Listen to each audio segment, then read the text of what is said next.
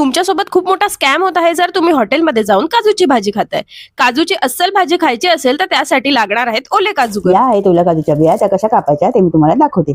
ओल्या काजूच्या बिया कापताना चीक लागतो, त्यासाठी मी असे ग्लोव्ज घातले आणि मी हाताला तेल लावलंय आणि वेळेलाही मी तेल लावून घेतले। आता मी हा काजू कापून दाखवते।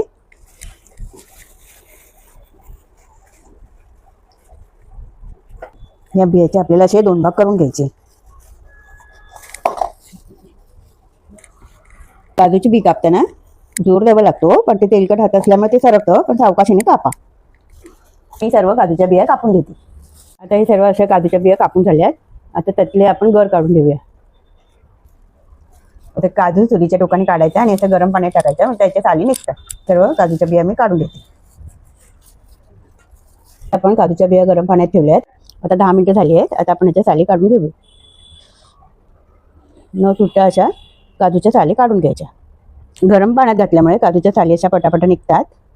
मी या सर्व साली काढून घेते। अशा प्रकारे काजूच्या बिया सोलून झाल्या। ओल्या काजूगराच्या भाजीची रेसिपी पाहण्यासाठी चॅनलला सबस्क्राईब करा।